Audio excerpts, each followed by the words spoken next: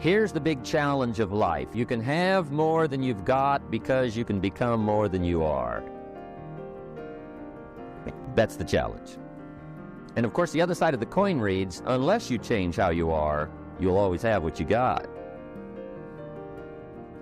I have found in my experience that income does not far exceed personal development. Now, sometimes income takes a lucky jump, but sure enough, unless you grow out where it is, it'll usually come back where you are. Life has strange ways. If somebody hands you $1 million, best you become a millionaire quickly, so you get to keep the money. Otherwise, sure enough, it'll disappear. Somebody once said, if you took all the money in the world, divided it up equally among everybody, it would soon all be back in the same pockets. Incredible. Success is something you attract, not something you pursue. Success is looking for a good place to stay. So instead of going after it, you work on yourself. Personal development. See, the major question to ask on the job is not what are you getting? The major question to ask on the job is, what are you becoming? The big question is not what am I getting paid here? The big question is, what am I becoming here? Because true happiness is not contained in what you get. Happiness is contained in what you become. So that's our major subject for tonight, personal development. Of all the assignments Mr. Schoaf gave me at age 25, this was probably the most difficult. In fact, I'm still working on this one. I think it's an unending challenge to see what you can become. The next subject is called Basic Laws. And it's good to study the basics. And I call these basics primarily because they come from the Bible. Now, I'm not a theologian or a minister, and that'll be apparent. But Mr. Schoaf taught me that the Bible was a good textbook for ideas and stories and success equations, how to live the better life. I found out that was true. He also taught me that the Bible is as practical as it is spiritual, and I found out that's true. If you look at your bank account and your income and you're not happy, there are several places in the Bible to check to see what the heck's wrong, so you can make the changes. And we're going to cover some of those tonight, called basics. Okay. The next subject is my favorite, setting goals. Mr. Schoaf taught me how to set goals. What a favor that was. One morning at breakfast, shortly after I met him, he said, Jim, let me see your current list of goals, and let's go over them and talk about them. He said, maybe that's the best way I can help you get a better direction started. And I said, I don't have a list. He said, well, is it out in the car or home somewhere? I said, no, sir. I don't have a list anywhere. He said, well, young man, that's where we got to start. He said, I can tell you right now, if you don't have a list of your goals with you, he said, I can guess your bank balance within a few $100s. Which he did. And that got my attention. I said, you mean my bank balance would change if I had a list of goals? He said, drastically. That day, I became a willing student how to set goals. And sure enough, learning how to set goals changed my life. And I often wondered why no one had ever taught me how to set goals up until age 25. I went to high school, but if they offered it, I missed it. I went to college for a year, never heard it. I worked for Sears. Really? And to my knowledge, Sears never taught it. Right? How to set goals. So here I am, age 25, married, my family's starting, I've been to college, I'm working, and I still don't know how to set goals. But fortunately, when I was 25, I met the man who taught me how, and it revolutionized my whole life. Economically, socially, personally, it's incredible. So I want to share with you tonight what Mr. Schoaf shared with me, how to set goals. It can be a life changer. Okay. The next subject is the negative part of the seminar. Life is part negative, so we got to talk about the negative. And this subject is called diseases of attitude. Diseases of attitude. There's a lot of things that can wreck your chances to do well. We live in a rather dangerous world, so you got to be not only wise, you got to be careful. Now, attitude diseases are just as bad as physical diseases, right? High blood pressure, heart trouble. I mean, a lot of things lace your chances to do well. So you've got to be careful. And attitude diseases are deadly. I mean, they'll destroy all the good things you start. Okay, so we'll go through those attitude diseases, how to spot them, how to look for them, what they are, and the cure. And I'm a pro on these because I've had them all, so I can give you excellent advice on these. Now, the last subject we're going to consider tonight is called the day that turns your life around. The day that turns your life around. And under this subject, we're going to talk about the emotions that can change your life. Human beings are emotional creatures, and emotions are powerful for life change. Now, of course, emotions are so powerful they can go either way on you.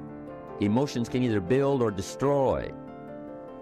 So you really have to employ emotions properly. We call civilization the intelligent management of human emotions.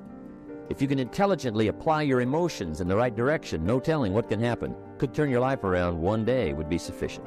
So we'll talk about those. Okay. Now that's a lot to cover in one evening, but we'll keep at it here and see if we can't get it all done. I'd like to have you now jot down the theme of the seminar. Every seminar should have a theme, I guess. We've got one. It's on some of our literature if you happen to notice it, but if you didn't, for your notes, here it is. The theme of the seminar goes like this: the major key to your better future is you. That's the theme of our seminar tonight. The major key to your better future is you. And I'd like to have you underline two words just to give it some added punch. Underline the word major and the word you, so that it reads, the major key to your better future is you. Now, my first suggestion is transfer this to a card or something where you can put it up, where you can see it every day. Preferably put it up where you can see it at the beginning of the day, before you go off to put the day together. This is a good phrase just to glance at, to keep in mind as you're putting the day together. It's called the silent seminar. If you'll just let this talk to you during the day, I found it to be tremendously helpful. The major key to your better future is you. That's good. For a big share of my life now, I didn't have this one quite figured out, among a lot of things I didn't have quite figured out. Many things used to puzzle me back in those early days. I used to wonder why two people could work for the same company, one make twice as much money. Now, see, that used to puzzle me. And maybe they were the same age, graduated from the same school, live in the same community, work for the same company, with the same products and the same services. They've got the same traffic, the same problems, and one makes $1,000 a month, the other one makes $2,000 a month. Now that was my puzzling question. Why would this long list be the same and the money twice as much? I asked, what's the difference between $1,000 a month and $2,000 a month? And I don't mean $1,000 a month, right? I could figure that out. But what makes the difference? Why would one person do twice as well, 3 times as well? Speaking economically, now I know there's more than one way to do well. I understand that. But in this little narrow area called compensation, what's the difference? Well, back then, with my faulty thinking, I'm trying to reason it out. I thought, well, maybe time makes some of the difference, right? Some people do better because they have more time. I used to say, Harold ought to be able to do well. He's got a lot of time. If I had all of Harold's time, I could do well. Now that's got to be dumb, right? Number one, you can't get somebody else's time. A guy says to me one time, he says, you know, if I had some extra time, I could make some extra money. I said, then forget it. There isn't any extra time. Hey, when the clock strikes 12 midnight, that about wraps it up, right? I mean, you can look around the gongs there for a little more, but it's over. You say to the guy, what are you doing? He said, I'm looking for extra time. See, they'll come and take you away, right? There isn't any more time. Now, if you can't get more time, which you can't, what could you get more of that would make a difference in economic results? And here's the key word. Make it a part of your notes. We're going to consider it tonight. The word is value. And I have a little phrase for your notes. Value makes the difference in results. Value makes the difference. You can't get more time, but you can create more value. Okay. Now, here's the first lesson of economics. Everybody should learn it from the time they're old enough to understand what a dollar means, how to earn one, how to get one, how to keep one, what to do with it. First lesson of economics. We primarily get paid for value. That's lesson one. Bringing value to the marketplace, that's how you get paid. You don't get paid for the time. I know it takes time to bring value to the marketplace, but you get paid for the value, not the time. Now, since that's true, here's one of the key questions of the evening. Is it possible to become twice as valuable at the marketplace and make twice as much money in the same time? Could you become 3 times as valuable? Make 3 times as much money in the same time? Is that possible? The answer is yes, if. And it's always if, right? Life is known as the big if. Harry Truman once said, life is iffy. How true. And here's the big if we're going to consider it tonight. It's possible to do much better at the marketplace if you go to work primarily on yourself.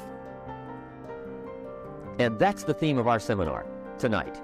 Learning to work primarily on yourself. People have asked me for the last 24 years, how do you develop an above-average income? And the answer is, become an above-average person. Develop an above-average handshake. Some people want to be successful, they don't even work on their handshake. As easy as that would be to start on. They let it slide, they don't understand.